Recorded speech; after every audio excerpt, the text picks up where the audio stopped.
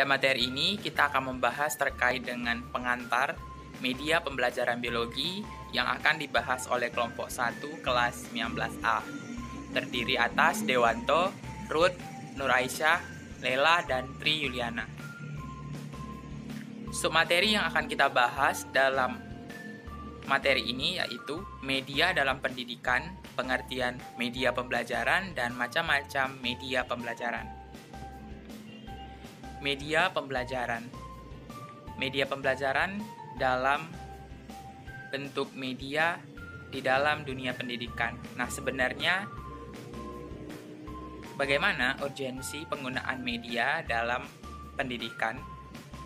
Media digunakan untuk menguatkan konsep-konsep yang diajarkan oleh pendidik kepada pembelajar, serta menghindari berbagai miskonsepsi yang akan terjadi ketika proses pembelajaran. Media pembelajaran pendidikan merupakan hasil dari ide kreativitas maupun inovasi dari seorang pendidik yang digunakan untuk menyampaikan maksud dan tujuan pembelajaran. Sudjono dalam Jalmur 2016 mengatakan terdapat beberapa alasan mengapa penggunaan media pembelajaran itu tidak maksimal oleh para pendidik. Yang pertama, karena media itu sulit untuk dioperasikan atau menggunakan media itu ribet. Kedua, media itu canggih dan mahal. Nah, umumnya kategori media yang canggih dan mahal ini telah terintegrasi dengan teknologi. Dan yang ketiga, terkait dengan tidak bisa mengoperasikannya. Di sini saya akan melanjutkan penjelasan materi dari rekan saya, yaitu pengertian dari media pembelajaran. Nah, beberapa pendapat lain terkait dengan media pembelajaran sebagai berikut. Yang pertama, Omar Hamalik 1986. Media pembelajaran sebagai hubungan komunikasi interaksi akan berjalan lancar dan tercapai hasil maksimalnya. Dalam pengertian komunikasi, media adalah alat yang memindahkan informasi atau pesan dari sumber kepada penerima. Yang kedua, Edgar Dales 1946. Menurut Edgar, media pembelajaran merupakan klasifikasi pengalaman menurut tingkat dari yang paling konkret ke yang paling abstrak, di mana partisipasi, observasi, dan pengalaman langsung memberi pengaruh yang sangat besar terhadap pengalaman belajar yang diterima oleh siswa. Kemudian kita lanjut ke Newby tahun 2000. Menurut Newby juga mendefinisikan terkait media pembelajaran sebagai media yang dapat menyampaikan pesan pembelajaran atau mengandung muatan membelajarkan seseorang. Yang keempat, Association of Education and Communication Technology 1977. Media pembelajaran merupakan segala bentuk dan saluran untuk menyampaikan informasi. Kemudian kita lanjut. Yang kelima, Gagner 1970. Menurut Gagner, media pembelajaran merupakan berbagai jenis komponen dalam lingkungan peserta didik yang dapat merangsang untuk pembelajaran atau belajar. Kemudian nomor 6, Briggs 1970. Media pembelajaran merupakan segala alat fisik yang dapat menyajikan pesan serta merangsang peserta didik untuk belajar, seperti buku, film, kaset, film bingkai, atau contoh-contoh lainnya. Kemudian yang ketujuh, SCARM 1977. Media pembelajaran merupakan teknologi pembawa pesan yang dapat dimanfaatkan untuk keperluan pendidikan.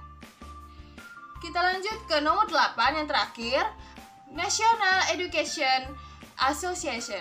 Menurut NEA 1969, media pembelajaran merupakan bentuk-bentuk komunikasi baik tercetak, audiovisual, serta peralatannya.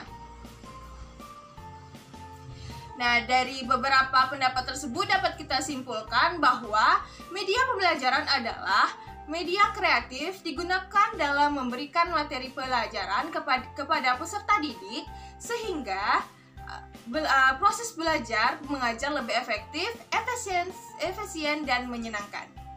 Sekian dari penjelasan saya, dilanjutkan oleh rekan saya. Terima kasih. Saya Rukani Pratunanaya. Saya akan melanjutkan materi presentasi kami mengenai pengertian media pembelajaran. Yang pertama bisa kita lihat pengertiannya menurut KBBI atau Kamus Besar Bahasa Indonesia, di mana media diartikan sebagai perantara atau penghubung. Sementara dalam bahasa Latin, media itu berarti medius, yang artinya tengah, perantara atau pengantar. Nah, kalau dengan bahasa yang kita sering dengar, media itu berarti alat. Jadi, dapat kita artikan media pembelajaran adalah alat yang kita gunakan sebagai perantara atau penghubung selama proses belajar itu berlangsung. Nah, selanjutnya, adapun definisi terkait dengan pembelajaran menurut beberapa tokoh. Antara lain, yang pertama ada Winkel pada tahun 1991 mengartikan pembelajaran adalah seperangkat tindakan yang dirancang untuk mendukung proses belajar siswa. Sedangkan Gagne pada tahun 1985 atau 1985 mengartikan pembelajaran sebagai pengaturan peristiwa secara seksama dengan maksud agar terjadinya proses belajar yang berhasil dan berguna. Nah, sedangkan Miyarso pada tahun 1993 mengartikan pembelajaran adalah usaha pendidikan yang dilaksanakan secara sengaja. Dan Siregar dan Nara pada tahun 2015 menyimpulkan beberapa ciri-ciri yang terkait dengan pembelajaran itu sendiri. Yang pertama, pembelajaran merupakan upaya sadar atau disengaja dilakukannya. Nah, yang kedua, pembelajaran harus membuat siswa belajar.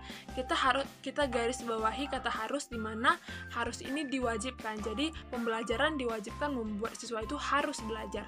Nah, yang ketiga, tujuan harus ditetapkan terlebih dahulu sebelum proses dilaksanakan. Supaya apa? Supaya ada kegiatan atau proses pembelajaran yang terarah dengan tujuan yang harus dicapai. Nah, selanjutnya pelaksanaannya terkendali. Nah, ini tadi, terarah dan terkendali. Dengan baik isinya yang harus kita kendalikan, waktu atau proses belajarnya juga yang harus terkendali, proses belajarnya bagaimana, serta hasil akhirnya yang membuahkan tujuan pembelajaran itu membuahkan hasil dengan baik. Baik teman-teman semuanya, sekian presentasi dari saya. Jika terdapat kesalahan kata atau penjelasan, saya mohon maaf. Sekian dari saya. Terima kasih. Assalamualaikum warahmatullahi wabarakatuh. Saya Triliana Handayani. Saya akan melanjutkan materi selanjutnya, yaitu macam-macam media pembelajaran. Yaitu menurut Rudy Betts mengidentifikasikan ciri utama dari media menjadi 3 unsur pokok, yaitu suara, visual, dan gerak. Visual sendiri dibedakan menjadi 3, yaitu gambar, garis atau line grafik, dan simbol, yang merupakan suatu kontinu dari bentuk yang dapat ditangkap dengan indera penglihatan. Di samping itu, Betts juga membedakan antara media sinar atau telecommunication dan media rekam recording, sehingga ada 7 klasifikasi media, yaitu yang pertama, media audio visual gerak, yaitu media yang dapat menampilkan unsur suara dan gambar yang bergerak seperti film, suara, dan video cast. Yang selanjutnya yaitu media audio semi gerak, yaitu terdiri atas audio visual diam, yaitu media yang menampilkan suara dan gambar diam seperti film bingkai suara atau sound slide, film rangkai suara. Yang selanjutnya yaitu media visual gerak, yaitu adalah media yang dapat menampilkan atau membiaskan gambar atau bayangan yang dapat bergerak di layar bias. Biasanya seperti gambar-gambar yang ditampilkan oleh motion film dan log film.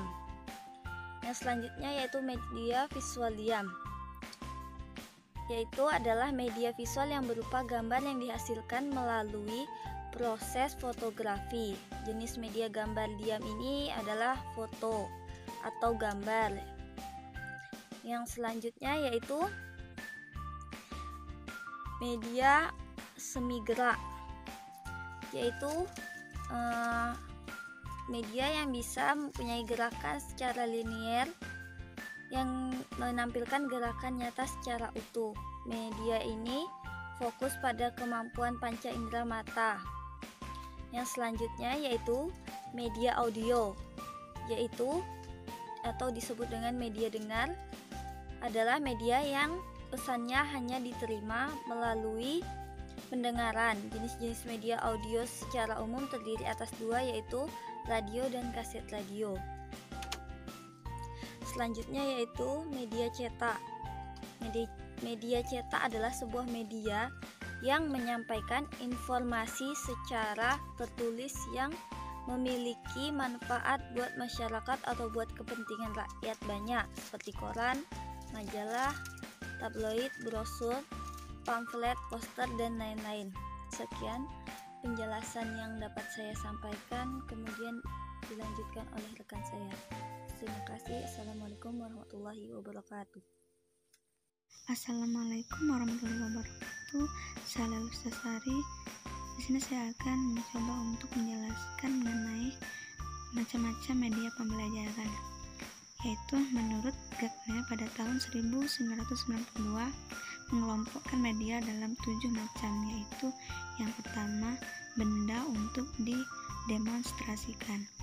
Yang kedua yaitu komunikasi secara lisan, yaitu berkomunikasi secara langsung dengan lawan bicaranya. Yang ketiga yaitu media cetak. Media cetak ini yaitu sebuah media yang menyampaikan informasi secara tertulis. Contohnya seperti koran, majalah, tabloid, poster, brosur, dan lain-lain. Yang keempat yaitu gambar diam,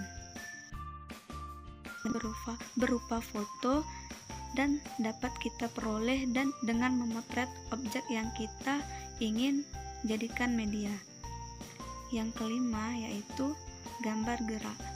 Gambar gerak yaitu menggerakkan objek dalam dimensi dan berkembang menjadi lebih kompleks. Yang keenam yaitu film bersuara, yaitu suara yang dicetakkan dengan gambar dan bertolak belakang dari film bisu. Film ini diproduksi dengan dialog dan rekaman suara. Yang terakhir yaitu mesin belajar. Mungkin hanya itu yang dapat saya sampaikan.